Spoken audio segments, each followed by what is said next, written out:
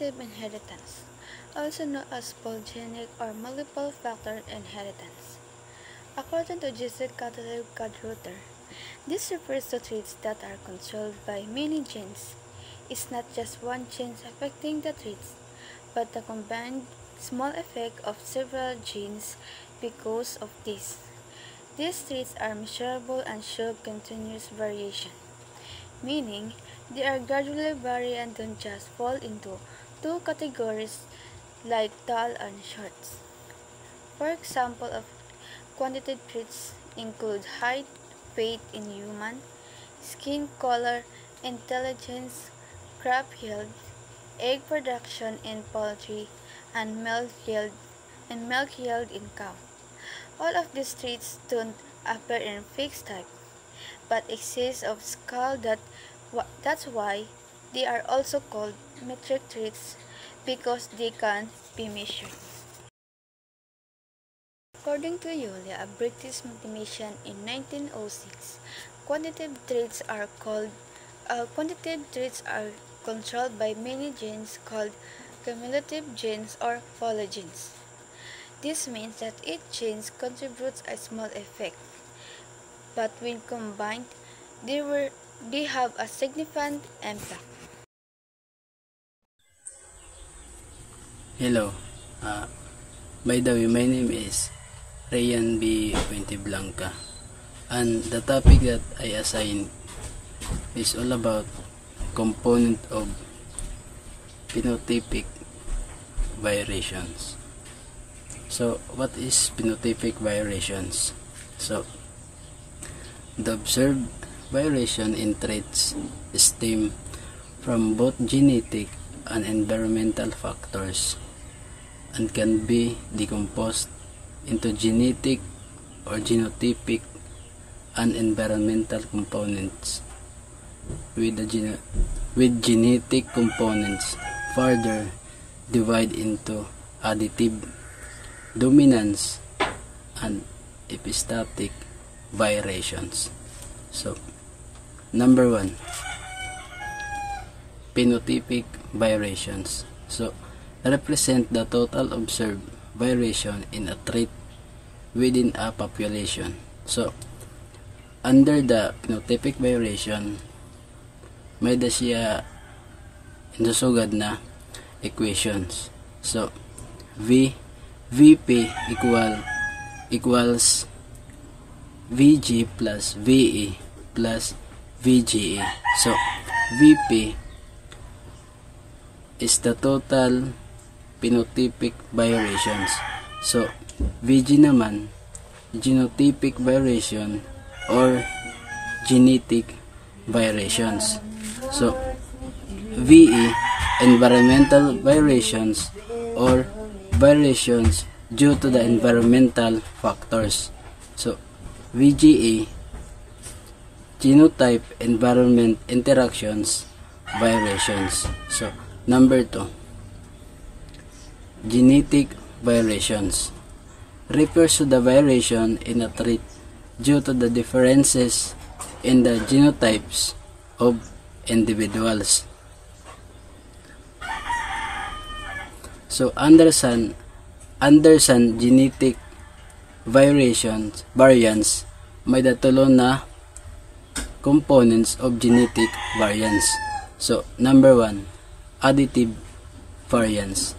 The effect of individuals' alleles on a trait where the effect of each allele is independent of other alleles. So, number 2, dominance variants. Variation due to the interactions between different alleles at a single locus or etc.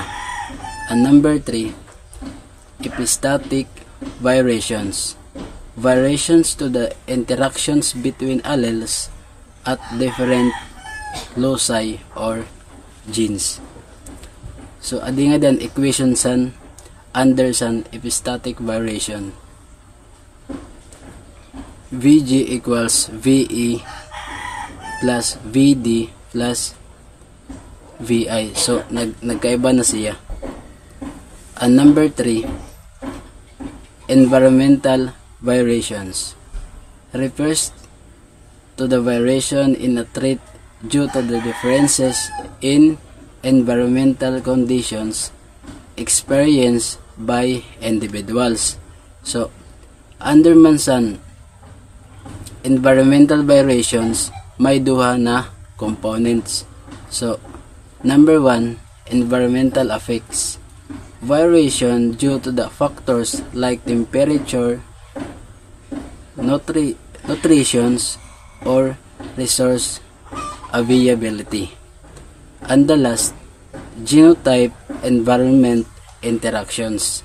Variations where the effect of genotype depends on the environment. So that's all.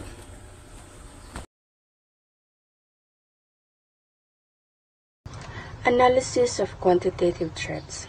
The fact that the variation is quantitative, not qualitative, poses potentially formidable problems to the geneticist. Segregation ratios are difficult to discern because the number of phenotypes is larger and one phenotype blends imperceptibly into the next. So, when traits vary in a quantitative way, like height or weight, instead of qualitative, like eye color, blue or brown, it's harder for geneticists to study them. That's because with quantitative traits are many small differences between individuals. These differences blend into each other, like one person being slightly taller than another. So, there is a further complication. The variance and genotype effects can be divided into three components. One is the additive genetic variation, resulting from genotypic differences caused by additive effects of individual alleles that are heritability. Dominance. Genetic variation resulting genotypic differences due to the combination of alleles, homozygotes and heterozygotes produced in any given generation but not inherited by offspring. Interactive epistasis. Genetic variation resulting the genotypic different loci, again not inherited by offspring. When the specific combinations are broken up, the effects disappears. So good day everyone, this is Catrice Esteves, BSA 1A. So our topic is quantitative inheritance, and my focus topic is about the heritability in the broad sense. In the study of quantitative inheritance, we look at how traits controlled by multiple genes, like height, weight, or intelligence, are passed down from one generation to the next. So these traits don't follow simple Mendelian inheritance because they're influenced by many genetic and equipmental factors. So there are two types of heritability. The first is the broad sense heritability H2, and the second is the narrow sense heritability H2. And the question is, what is broad sense heritability? So broad sense heritability measures the proportion of total phenotype variation. So the differences we can observe in a trait like height or skin color, that is due to total genetic variance, and this includes additive genetic variance. So it affects of individual alleles. And the dominance variance, it is interactions between alleles and genes. And the third is the epistatic variance. So it is the interaction between different genes. And also, why is the heritability important? So heritability is a crucial concept in both science and agriculture. In science, it helps researchers understand the genetic basis of the trait.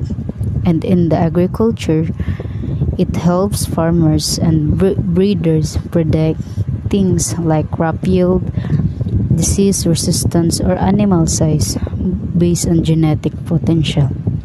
Like for example, if we consider human height, we see wide range.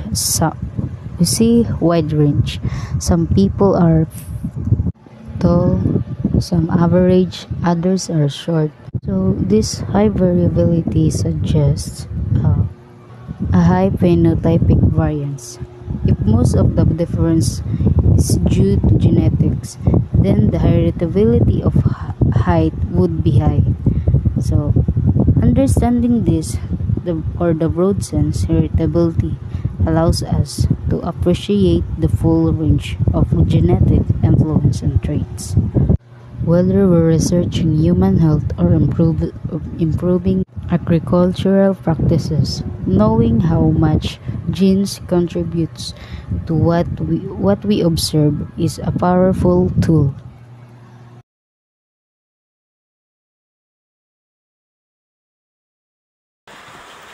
Narrow sense. This refers to the proportion of phenotypic variation that is caused by additive genetic factors. In simple terms, the genes that parents pass directly to their offspring that represented by the formula H2 narrow equal to VE and VP, where VE is the additive genetic variations and VP is a total phenotypic variance. This concept was introduced by Smith in 1952. Halimbawa sa tao, ang taas ay isang katangian may mataas na narrow sense heritability. Ibig sabihin, kung ang parehong magkulang ay matangkad, malaki ang posibilidad na maging matangkad din ang anak dahil sa genes na resulta ng height ay additive na direkta ang nagpasa. Gayun din, intelligence o talino ay may moderate heritability, bagamat may epekto ang environment tulad ng edukasyon at nutrition. May bahagi din sa genes na mamana mula sa magulang.